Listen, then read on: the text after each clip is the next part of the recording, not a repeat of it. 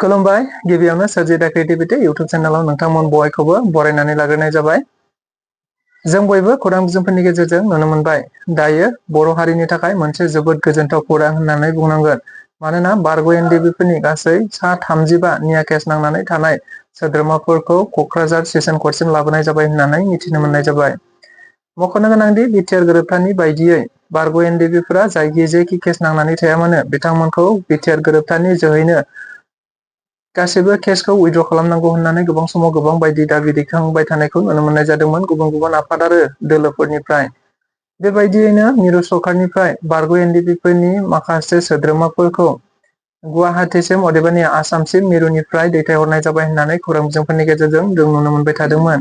थिग बेबायदिनो दायो मिथिनो मोनबावबाय गुवाहाटी अदेबानि रायजो सरकारनिफ्रायबो दायो क'क्राझारनि सेसन कर्टसिम गासै सा 35 बारग' एनडिबिफोरनि निया केस नांनानै थानाय सोद्रोमाफोरखौ दैथायहरनाय जाबाय होननानै मिथिनो मोननाय जाबाय। थारैनो बियो बर' हारिनि थाखाय जोबोद गोजोनथाव खौरां। मिथिनो मोननाय बायदिब्ला दायो बारग' एनडिबिफोरनि जायफोरा सा 35 सोद्रोमाफोरा क'क्राझार सेसन कर्टआव सफैबाय बिथांमोना बे सेसन कर्टनिफ्रायनो गुबुन गुबुन केसफोरखौ फोजोबनांगौनि थाखाय बे क'क्राझारनिफ्रायनो आवगायनो हासिगोन अदेबानि क'क्राझाराव थानानैनो बेफोर केसफोरखौ नांनो हासिगोन होननानैबो मिथिनो मोननाय जादों। लोगोसे बेखौ लानानैनो बारग' एनडिबिफोरनि सोद्रोमाफोरा माखासे खौरां बिजोंफोरनि गेजेरजों बाथ्रा बुंथिनायखौ नुनो मोननाय जादों। बेनि अनगायैबो उकिल बिथाङाबो गोबांथार बाथ्रा बुंथिदों। थारैनो बारग' एनडिबिफोरा दायो उदां अख्राङाव फैमारसिगोन नामा? बेनि अनगायैबो दिनैहाय गोबाव समनिफ्रायनो न'खरनि सोद्रोमाफोरा बारग' एनडिबिफोरखौ जायफोरा निया केस नांनानै जेलाव दंमोन बिथांमोनखौ लोगो मोनैलाय दिनै क'क्राझाराव लाबोनायखाय न'खरनि सोद्रोमाफोरा गासै बिथांमोनखौ थांनानै लोगो हमहैनायखौबो नुनो मोननाय जादों। दा बेफोरनि माखासे भिडिअ क्लिप्स दङ जाहाथे नोंथांमोनहाबो भिडिअ क्लिप्सखौ नायो। भिडिअ क्लिप्सखौ नायोब्ला नोंथांमोनहा थारैनो रोखा जानो हागोन। नोंथांमोना दहायनिफ्रायनो हयथ' बिजिर लागासिनो दङ आरो बिनि गेजेरजोंनो दिनै लाबोनाय जाबाय। सेन्ट्रेलनिफ्राय स्टेटनिफ्राय आरो मोनफ्रोमबो जिल्ला हरनायनि पार्टिकुलारलि NIA स्पेसियेल जायफोरा केस दङ बेफोरखौहाय जाय जिल्लायावहाय केसफोरा नांनानै दङ बेफोरावहाय लाबोदों। थारैनो दिनै 20 थारिखआवहाय दिनै क'क्राझाराव दंमोन दा दिनै क'क्राझाराव लाना फैबाय। बेवहाय स्पेसियेल NIA केस नाम्बार 01/2015 बेवहाय सा 13 दङ। नामखौ आं बुंलांला गोबाव जाहैगोन। बिनि उनावहाय गासै स्पेसियेल NIA केसआ क'क्राझाराव 4 दङ। बे 4 केसखौ लानानै दिनै बिथांमोनखौ लाबोबाय आरो स्पेसियेल NIA केस नाम्बार 06/2015 बियोहाय गासै 14 जन। बिनि अनगायै गुबुन दंबावो जेरै नैबेयो सेरफांगुरि PSनि आन्दाराव दंमोन। ओमफ्राय गासै बिदिनो दिनै 35 जनखौहाय क'क्राझाराव लानानै फैबाय। बिथांमोननि केसआ दिनैनिफ्राय जालांबाय थासिगोन। नेक्स्टआ माब्ला जागोन बेयो दाबो डेटआ फिक्स जाथ'वाखै। दा खालामगासिनो दङ। जुदि मोनोबा नोंथांमोननि गेजेरजों फोरमायनाय जाबावगोन आरो जों मिजिंथिदों एक्स एनडिबि हिसाबै मोजाङै मोजां बिथांमोननि बिजिरनायफ्रा जायो आरो बिथांमोना जेन उदां अख्राङाव गयो जों बेखौनो हास्थायदों आरो जों खावलायबाय थादों government of India, government of Assam आरो गभर्नमेन्ट अफ बिटिआर जोङो अराय सम खावलायबाय थादों बिथांमोनखौ लानानैनो जिहेथु बिथांमोना गोबां दुखु खस्थ' मोनबोबाय।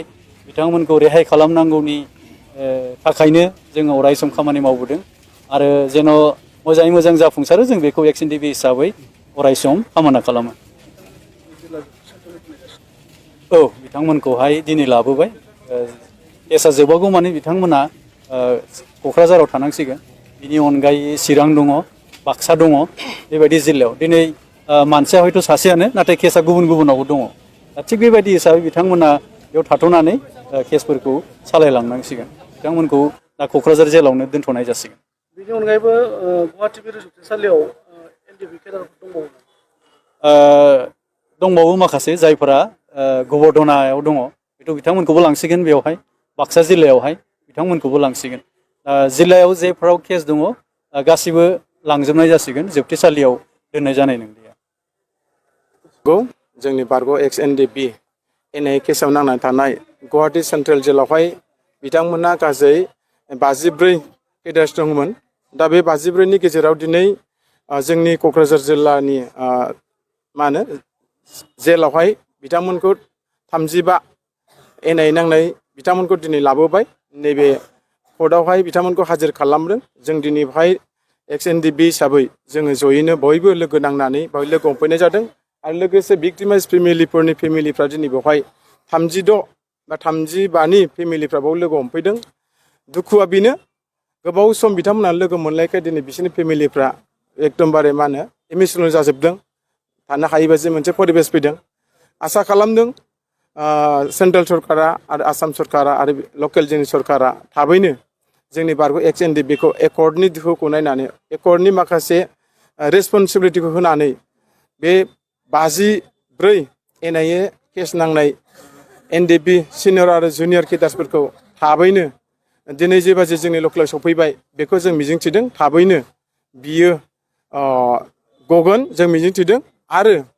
आफा इसोरा बिथांमोनखौ थाबैनो गनायनि थाखाय हेल्प खालामदों बेखौ जोङो दिनै मिजिंथिदों बेजों लोगोसे दिनै जोंनि क'क्राझाराव लाबोनायजों लोगोसे बाक्सा जिल्लायावबो दिनैहाय साब्रैखौ दिनै लाबोदों आरो बिनि उनावहाय 2 तारिख 6 मास नैबे नेक्स्ट मासावहाय आरोबाव नलबारियावहाय 2 लाबोबावनाय जासिगोन आरो बिनि उनावहाय 5 तारिखआव तेजपुराव लांसिगोन आरो बिनि उनावहाय बिश्वनाथ सारियालियावबो आरो बाखि सेन्ट्रेल जेलाव थानाय NIA केस नांनाय केडार्सफोरखौ गासैबो जिल्लायाव लांजोबनाय जासिगोन दा मिजिंथिदों दिनै जिखिनि निजा जिल्लायाव लाबोबाय बा जेलाव लाबोबाय मोजाङा बेनो जों गोजोननाया बेखौनो मोजां मोनदों जे जोंनि फेमिलिफ्रा गुवाहाटियाव थांनानै थाखा फैसा गारनांला बेयावनो जों थाइसे थाइनैजों फैनानै जोंनि फेमिलिनि मानसिफ्रा बाव लोगो हमफैनो हासिगोन बेखौ जों गोजोननाय मोनदों आसा खालामो बे जेलाव थानायजों लोगोसे थाबैनो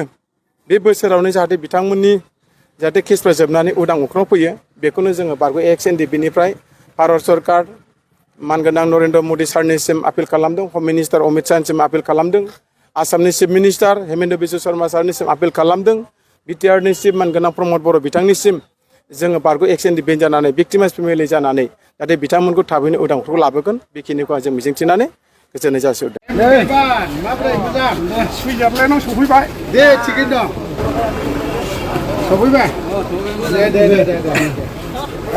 मोजां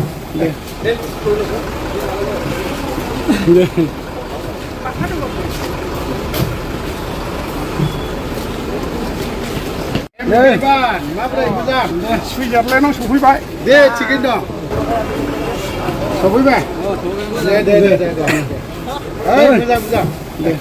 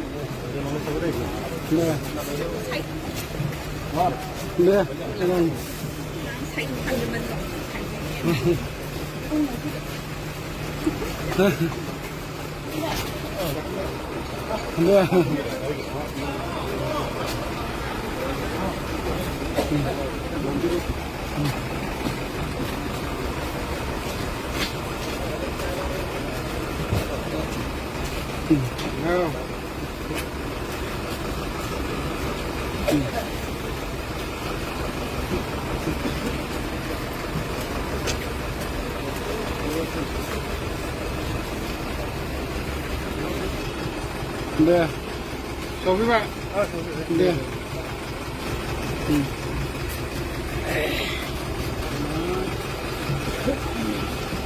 सफैबाय